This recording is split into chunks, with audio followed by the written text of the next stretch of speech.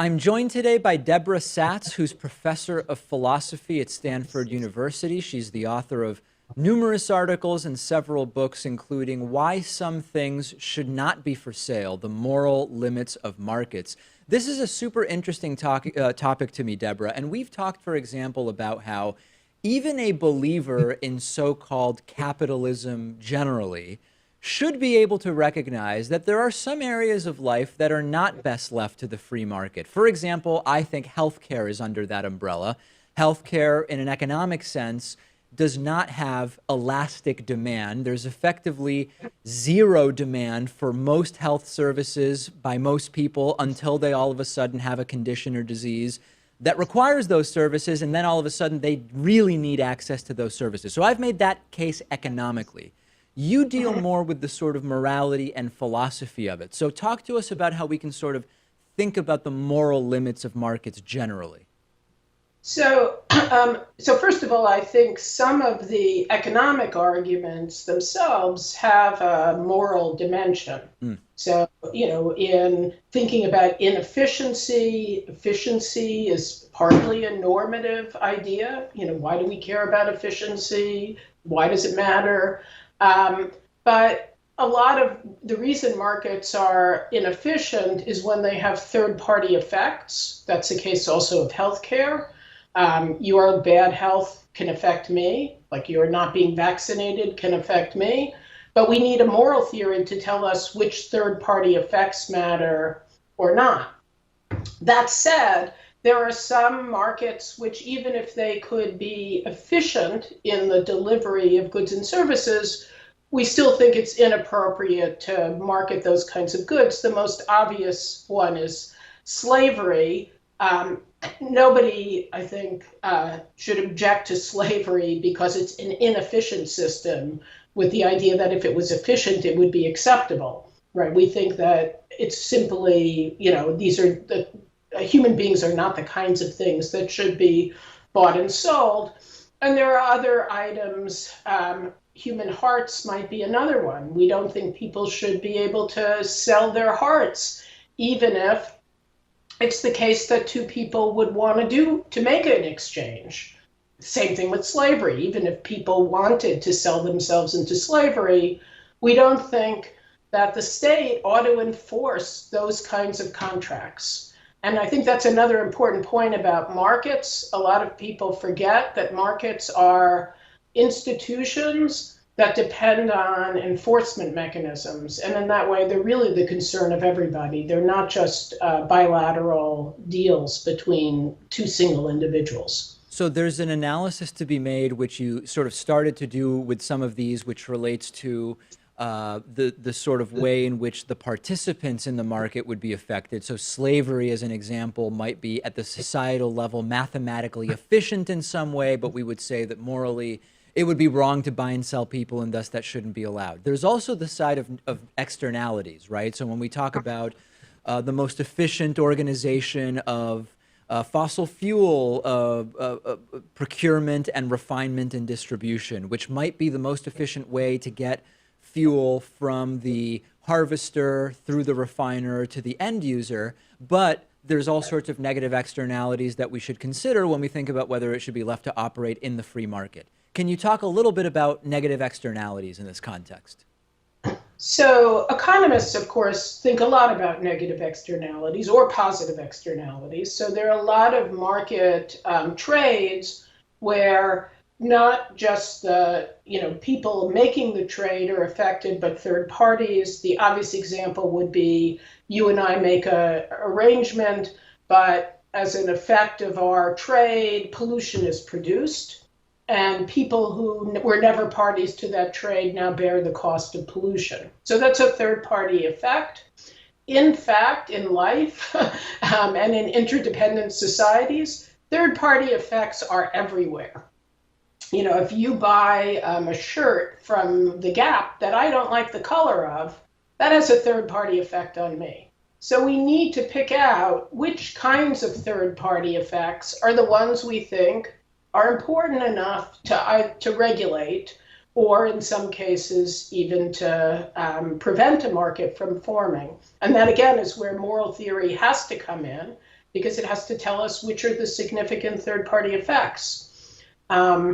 Something that might look like it's just a two-party deal can have very significant third-party effects. In my book, I give a case of if you think about child labor as a market, which it is in many parts of the world, it obviously has direct effects on the participants, and we think there are lots of reasons that children are not made better off by being able to participate in these markets. But there's also what's called a pecuniary externality. There's an effect on other prices.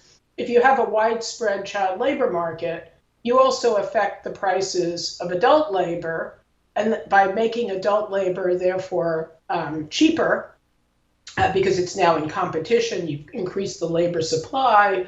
It means that families that don't want to send their children to work are going to be under more compulsion to do so because the adult wages aren't that high.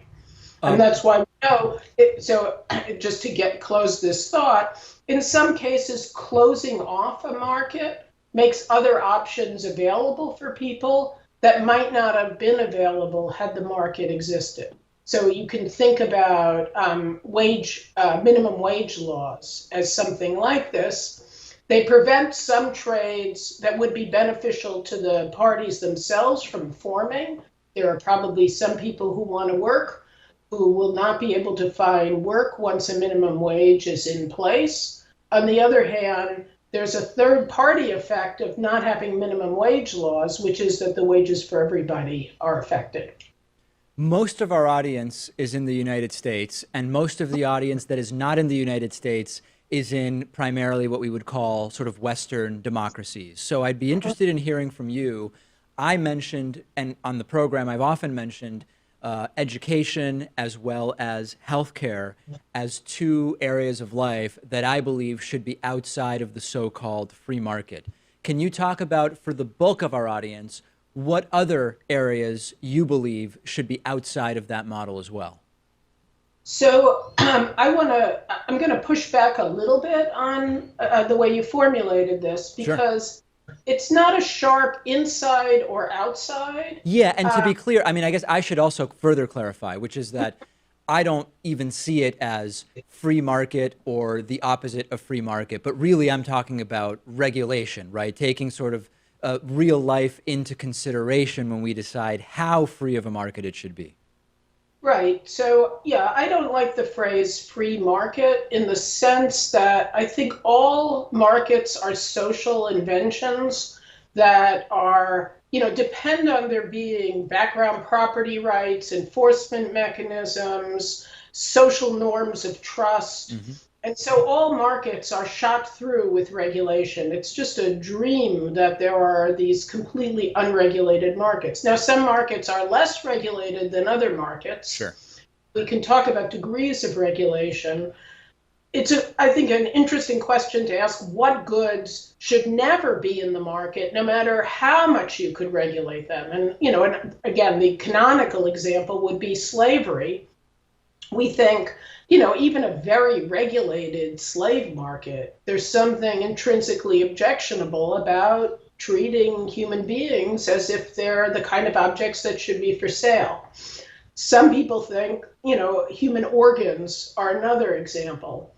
I would draw less a hard line on that, but I do think that there are lots of reasons to not have, if you allow some kind of trading, there's many, many reasons not to have a traditional market with many buyers and many sellers for different kinds of things. So take an organs. If you were ever going to try to incentivize people to give up their organs, the last thing you would want would be a system which distributed organs according to ability to pay. We think that human kidneys ought to be distributed according to need. And so one society, we only have one society in the world where organ markets are legal at the moment, and that's Iran, is a monopsony where the government buys the organs from people and distributes them on the basis of need. So it's not inside a market, but it's not totally outside either. There are other forms of exchange. My colleague at Stanford, Al Roth, has designed kind of barter markets in organs, where if I need a kidney and the people who love me who are willing to donate one are not compatible, and you need a kidney, but you have people who are not compatible, we can engage in a trade if your people are compatible with my people. So that's not a market exactly. I mean, there's no money changing hands, but it's using aspects of a market, right, in order to more efficiently distribute the kinds of organs there are. And some of these matching, barter markets with organs, now they've gone up to almost 100 people, where they, have long chains of trade. And that allows an efficient dispersal of the kind of organs they have. So, I think the inside outside, I don't, or something is in a market or not. I think we just have to recognize that, not all markets are the same. And some kinds of markets raise ethical problems that other markets don't. So organ markets raise lots of ethical questions that an Apple market doesn't raise. Labor markets raise problems that an Apple market doesn't raise. You mentioned education and healthcare. Those raise ethical problems that other markets don't raise. For example, in education, we're not just trying to trade goods, we're trying to produce citizens. And so we have we have to care about the effects of our, distributive arrangements on the production of human citizens. In an apple market, we're not trying to produce, citizen apples. We're just trying to get apples that are edible. So, and some markets we know tend to have feedback mechanisms on the things that are being exchanged. And labor markets is probably the best example of that. Adam Smith worried a lot about workers who spend their whole lives as appendages to machines not being good citizens. Right. And so he argued that we have to have the state playing an important role in education. We don't have to worry about Apple markets producing, mindless sheep, but we do have to worry about what our education system does or what our labor system does, because there's a feedback loop between us and the market. Debra, the book is fascinating. It's called Why Some Things Should Not Be for Sale, The Moral Limits of Markets. We are recommending it and linking to it for our audience. We've been speaking with the book's author, Debra Satz, who teaches philosophy at Stanford University. Thank you so much for talking to me about this, and I'd love to have you back and go deeper in some of these specific areas. Well, thank you. It was great to talk to you.